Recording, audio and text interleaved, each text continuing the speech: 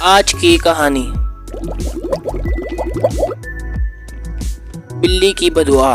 احمد علی ٹنکو بہت شرارتی بچہ تھا۔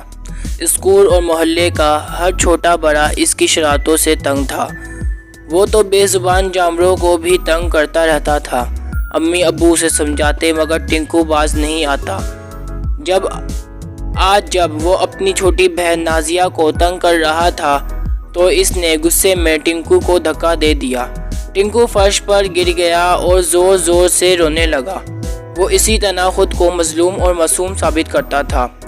اس کے رونے کی آواز سن کر دادی اماں اپنے کمرے سے نکلیں اور رونے کی وجہ پوچھی تو ٹنکو نے جھوٹ بول کر خود کو بے قصور ثابت کر دیا۔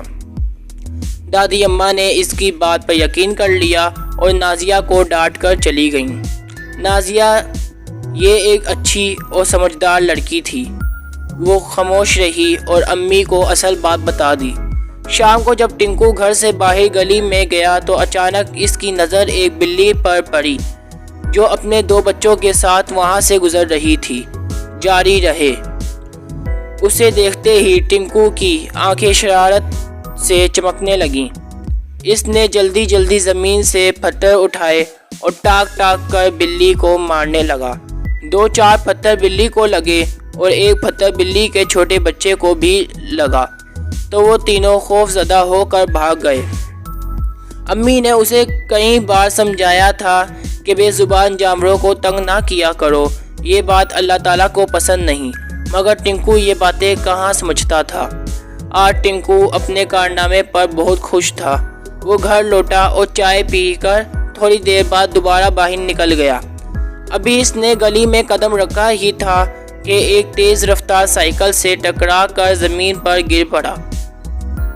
اس کے ہاتھوں اور پیروں پر چوٹ آئی اور زخموں سے خون نکلنے لگا۔ ٹنکو درد کی شدت سے رو رہا تھا۔ سائیکل سوار کی کوئی غلطی نہ تھی بلکہ ٹنکو ہی قصوروار تھا۔ وہاں موجود لڑکوں نے اسے اٹھایا اور اس کے گھر لے گئے۔ ٹنکو کو اپنی امی کی بات یاد آ گئی جنہوں نے اسے بے زبان جانوروں کو تنگ کرنے سے منع کیا تھا۔ ابو فوراً اسے اسپتال لے گئے اور مرہم پٹی کروائی۔ ٹنکو کو اپنی غلطی کا احساس ہو گیا تھا۔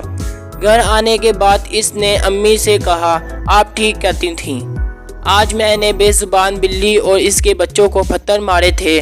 اس نے مجھے بددعا دی ہوگی اور یہ اسی کی سزا ہے۔